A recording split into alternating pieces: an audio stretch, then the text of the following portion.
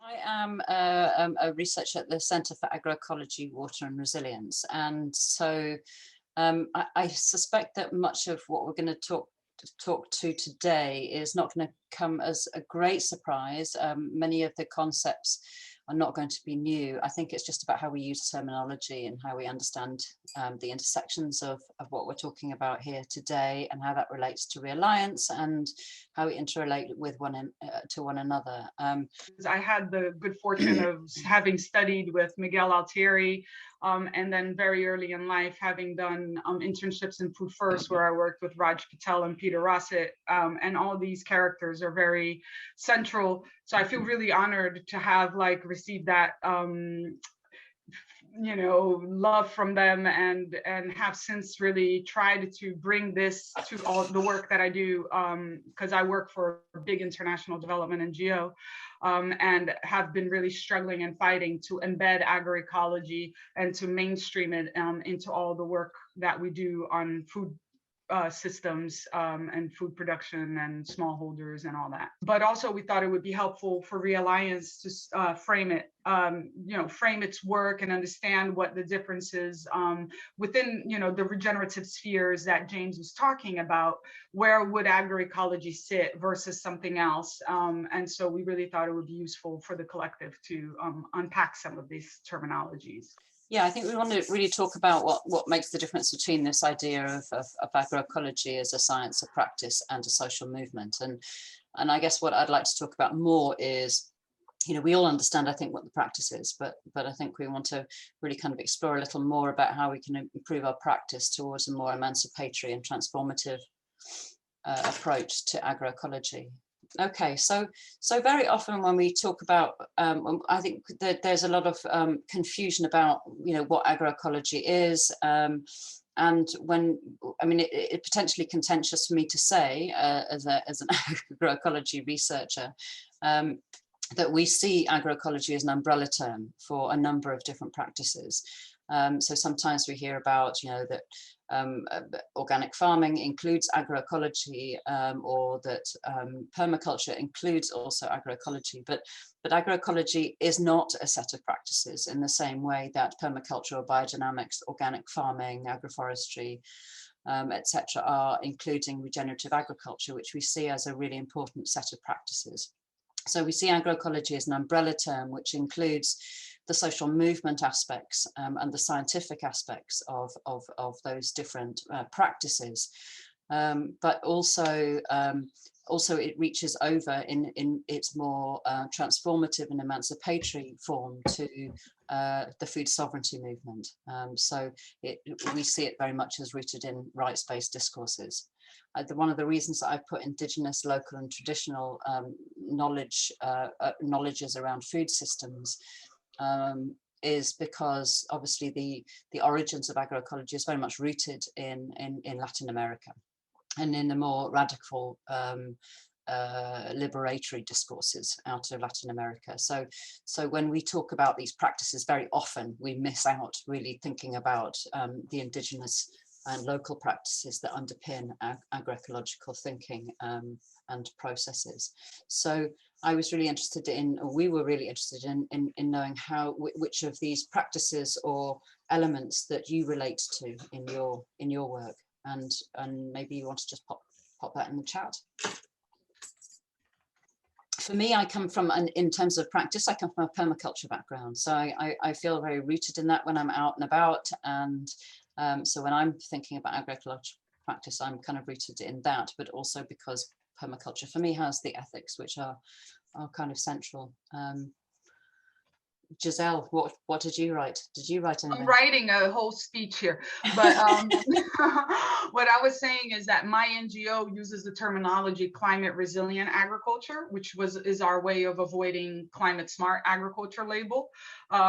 But as the way I think, I also think with a permaculture lens, because that's kind of how I've developed. And obviously permaculture is much more than just about agriculture. But basically, we understand that in the different kind of forms that we've articulated this, that we have lots of shared practices in how we work and how we teach, because many of us here are trainers to some extent, and engage on that level. And so we recognize that, we talk about the different cycles, whether it's the food web, whether it's the nitrogen cycle, whether it's the water cycle. And we may express those slightly differently, but we're all on the same page. In terms of thinking about agroecology as this idea of a science, a practice, and a social movement, I've never really found that that definition kind of really satisfying enough. But essentially, when we think about the technical, the scientific aspects of agroecology, that, for instance, I have colleagues who may be ecologists or maybe agronomists, but they can tend to work, that their work can be apolitical. So it doesn't engage with anything other than the technical aspects. It can do, but it doesn't have to.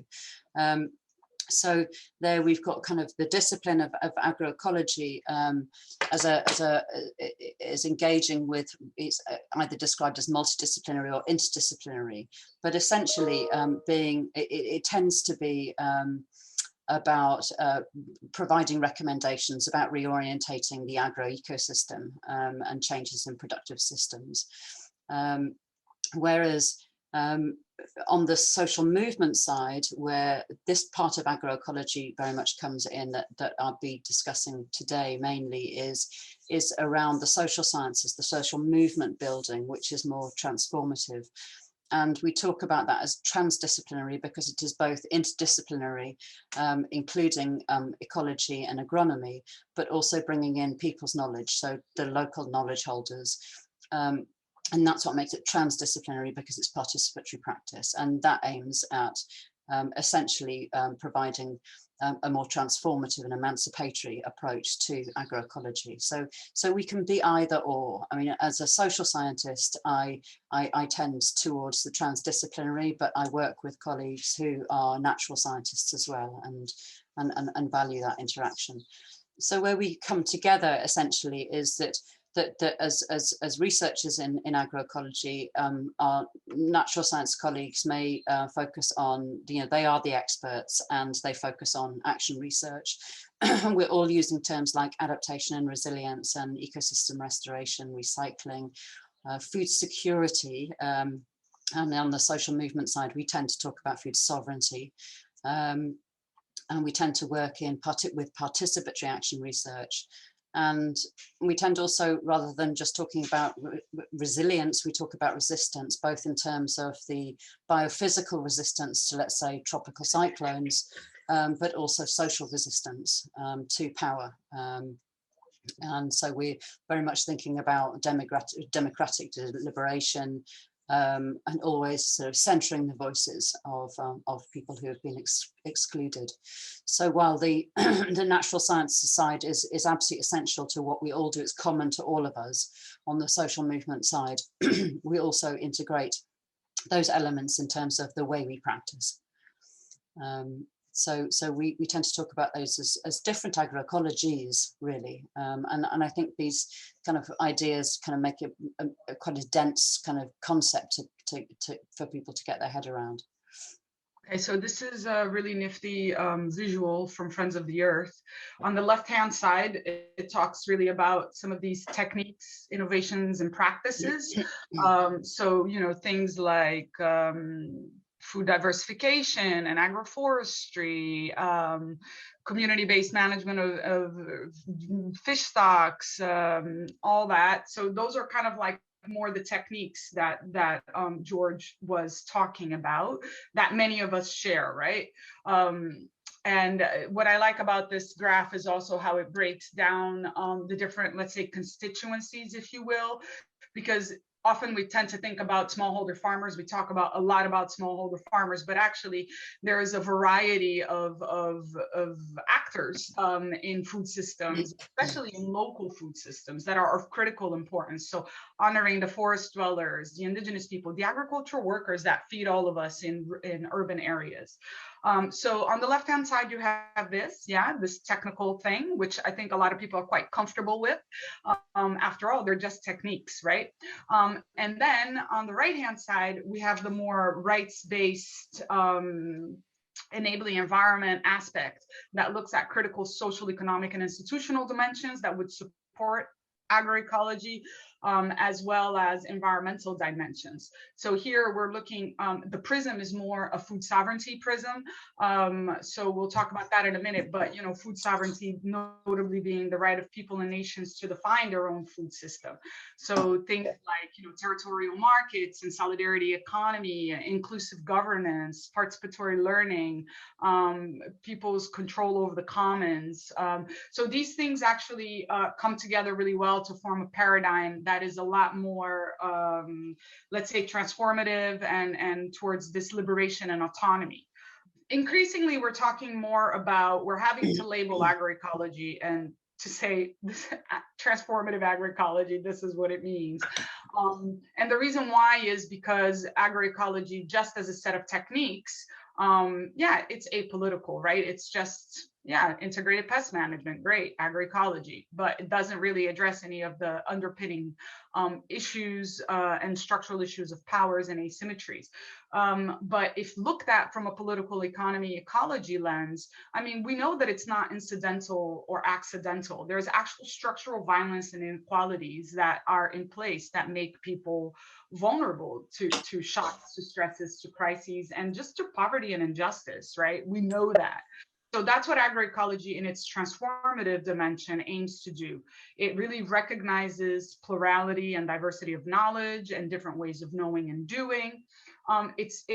There's a very important element of the cosmologies that underpin that social, ecological, and spiritual relationships, collective agency and adaptive capacity.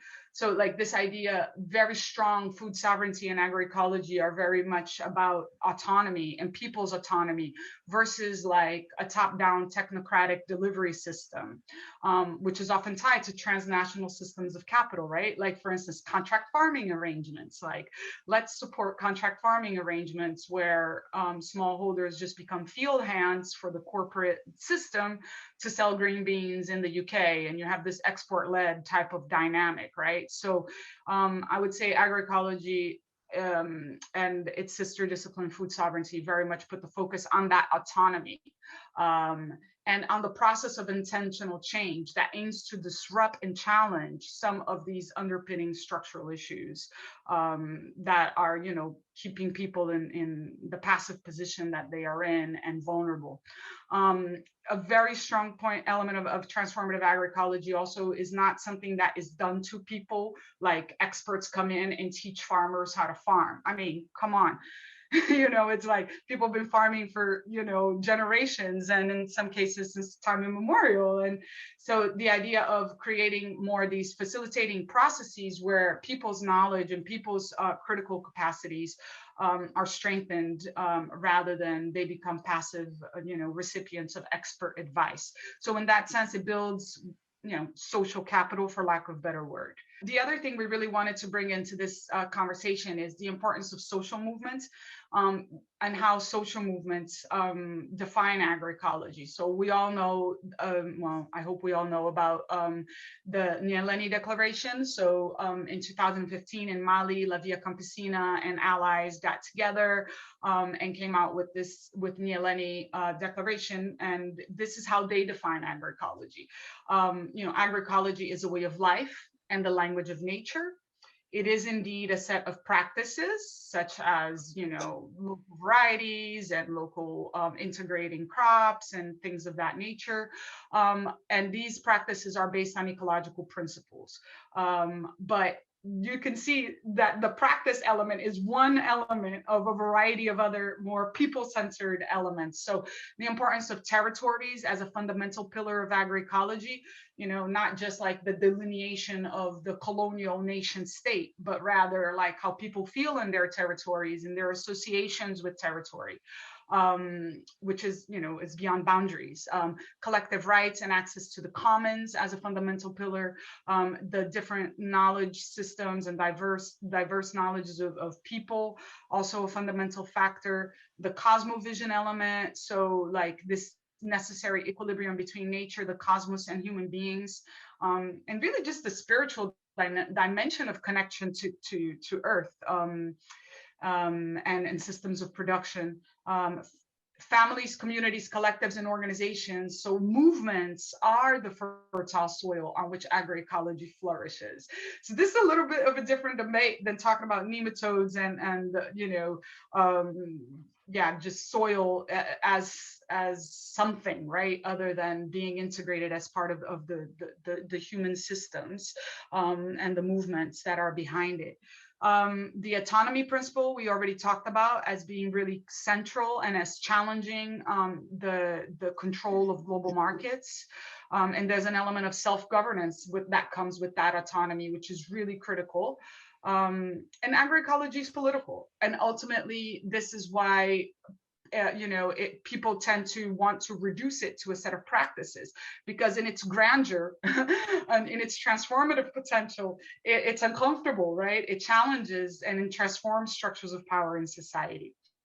And both women and youth are critical to the agroecological movements because they are the base of the social basis, and the evolution of agroecology will really, really depend on them. So this is kind of what the social movements are talking about it, and broadening the agroecology out to more transformative and emancipatory approach.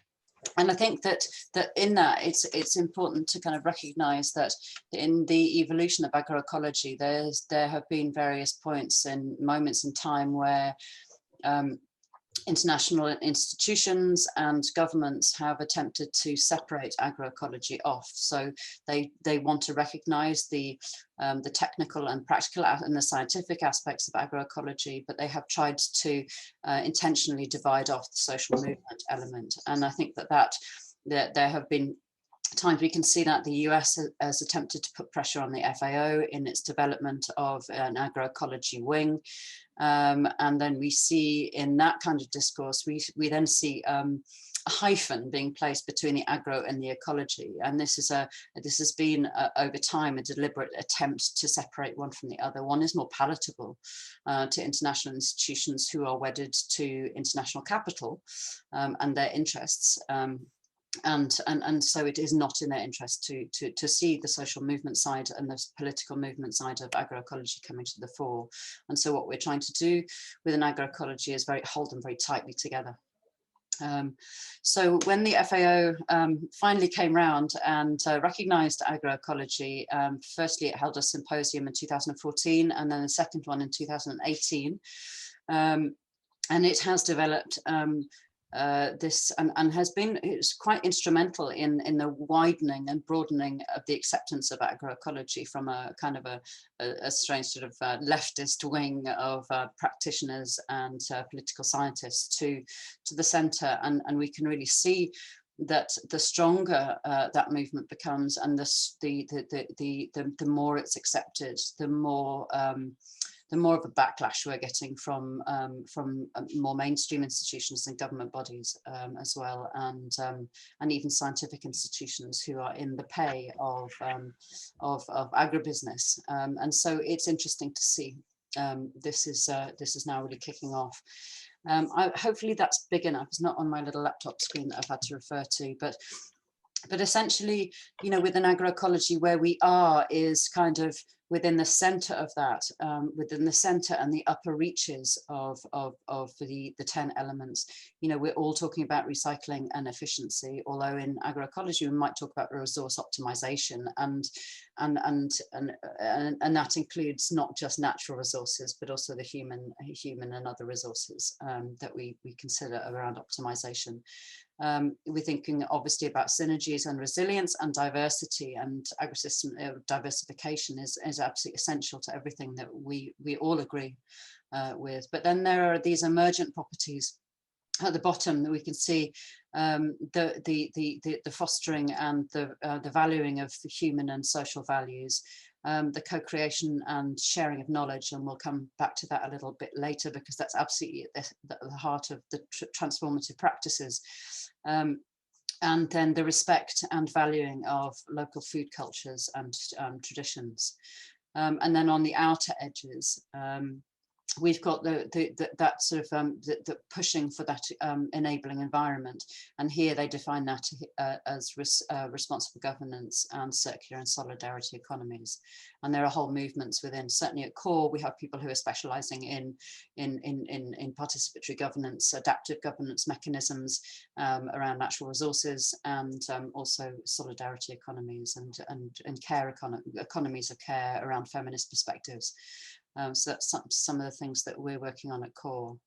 Steve Gleesman then sort of has been very involved with the FAO in developing these, and there's a big conversation emerging around the different ways that we practice. And this sort of, it's almost like a Maslow's hierarchy of needs. It's this hierarchy of agroecology as we practice, and I think this is a really interesting and useful way for us to think about the way we practice. So obviously, and at level 0, nothing is, no changes are happening.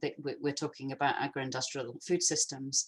But then at level 1, we see something kind of interesting happening because there is a push to increase the efficiency of agroecosystems, and it doesn't include any of the social elements at all.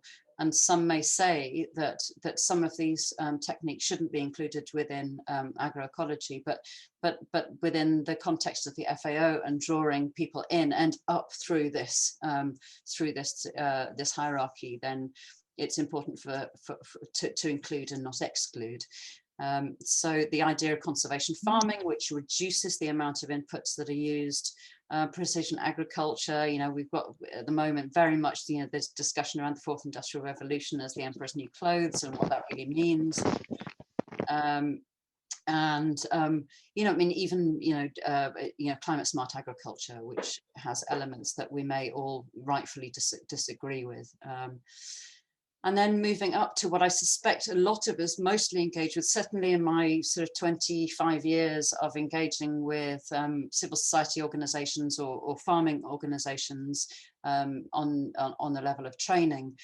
We've been, for 20 years, we've been talking about input substitution, so replacing fertilizer with compost and so on and so forth. So that's level 2, input substitution, where many of us are, and you'll see that these 10 elements in the middle kind of map across to these levels. So we've got improving efficiency at level 1, and we've got recycling and regulation at level 2.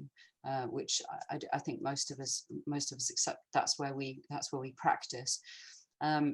And then also we're practicing very much around diversity, synergies and resilience. So we're talking about fundamental changes in the overall system to eliminate the root causes of many of those problems. And so we're beginning to change the system, but at the agroecosystem level, and maybe even just on farm level. And then we're talking then about moving up to level 4, about co-creation of knowledge, culture and food traditions and circular economies. So we're really starting to think about transforming the food system right through up to level 5, where we're actually changing governance infrastructure around human and social values. So we thought that we might flip over to a bit of a Jamboard that James has set up for us. And we'd kind of have a play around with where we think we are on those different levels in our practice. And also, I think it would be interesting to kind of find out, because we're all working in very different contexts as well. I come out of a conflict and peace building background, and I know that sometimes, it can be too challenging and too disruptive to talk about, governance. And so there are some levels that we may not be able to reach to. So at the moment, where are your practices as you see it? And then maybe what are the barriers to moving up to the next level as you see it in your practice?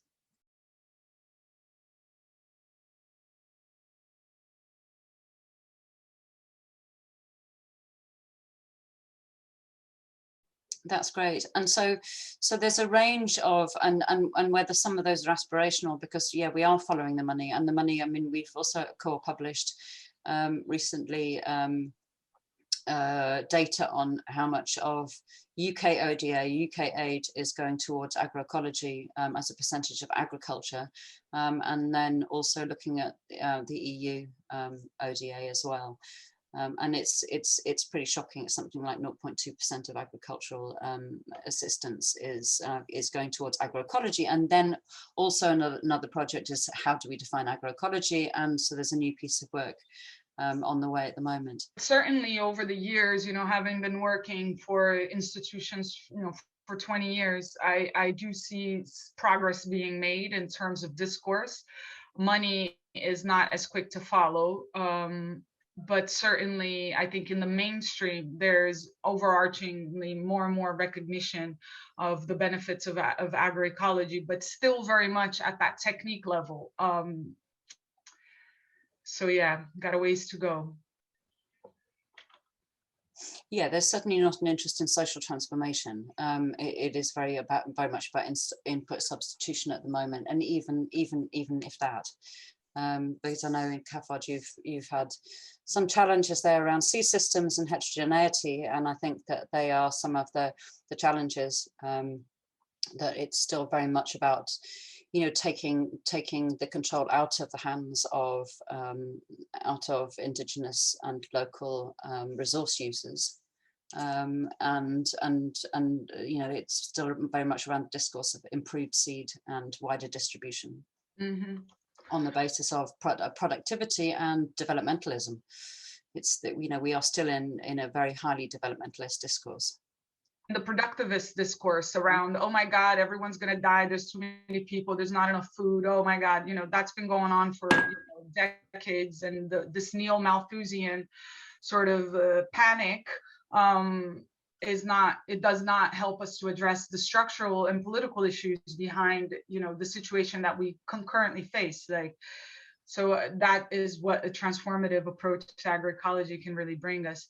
Thinking about these 5 levels, I mean, this is not news to any of you, that participatory practice is absolutely essential, and knowledge co-creation, and the knowledge co-creation is key to moving up through those systems.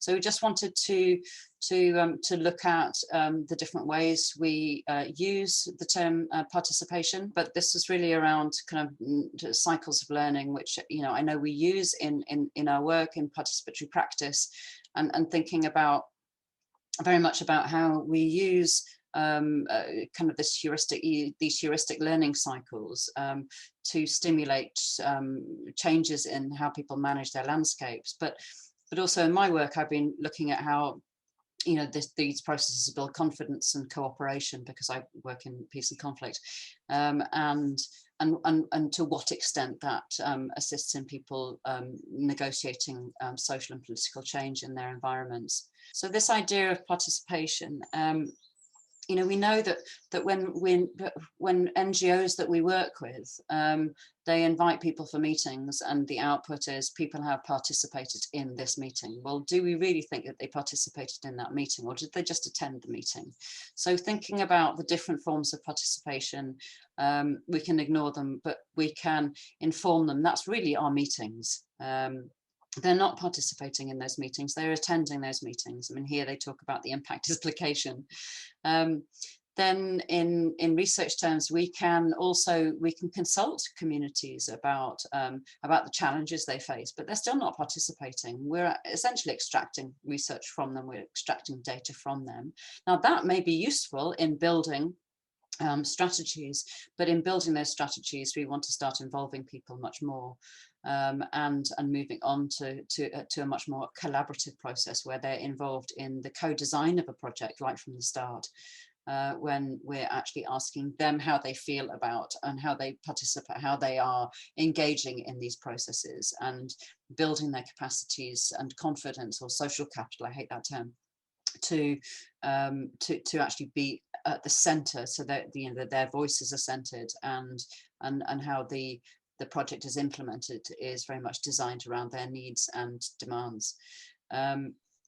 And then where I think it becomes much more difficult, and where certainly I am aspirational, is deferring to. So when projects are entirely community owned, where they don't need to refer to a funding NGO or a funding body to support them, that it has its, that process has its own life. Now that may, in any projects we design, may start with informing, consulting, involving, collaborating, and deferring, but so that may be part of a life cycle. But most of us kind of function at a particular, most projects, even if we don't, most projects that we work with, if we're consultants or we're people working within a certain context, within the constraints of an organization, whether it's a local NGO or otherwise, these are, there are certain, they're only kind of, this only participatory processes only go so far. So at the end of this process, we thought it would be interesting again to go to a Jamboard, and James has developed this around sort of the processes that one can take, the kind of steps to improving our the levels of participatory processes and engagement. And again, wondering where we think we are within that on the steps.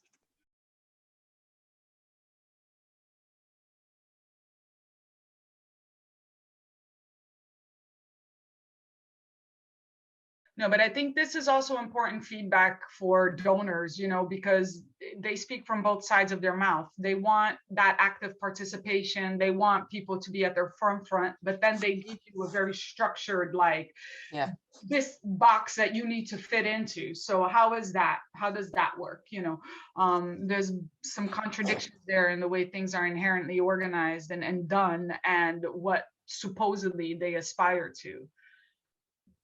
Yeah, and in some donor applications, there is literally a box. Did people participate in the development of this process, and you can tick it. You don't even have to discuss participation throughout the course of the project.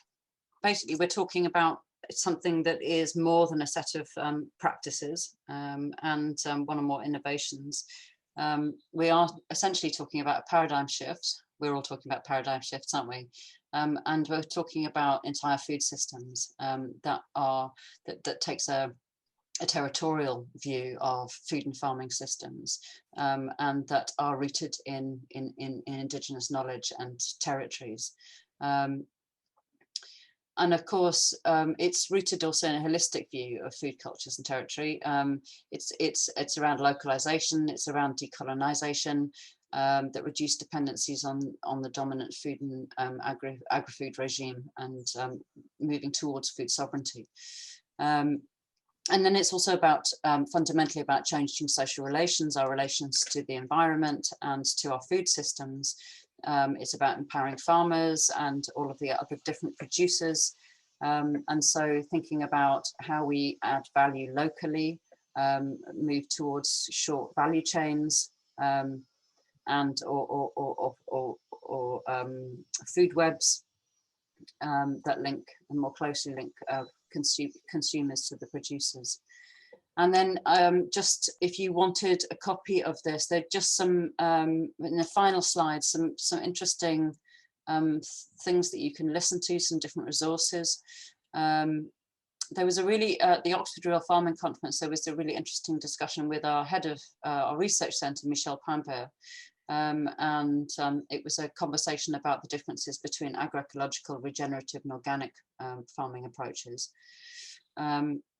And there's been a really interesting, for those of us working in environments, fragile environments or crisis affected environments, there's been a really interesting webinar series by an academic institution in the US called New School.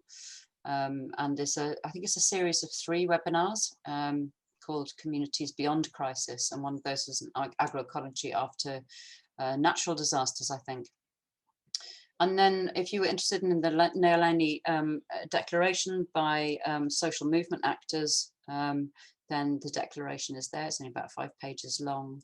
and various other reading that we thought you might be interested in engaging with. Some of them are academic articles, but most of them are certainly most of our lot write in as accessible way as possible, so that they are so that they can be translated by as many people as possible.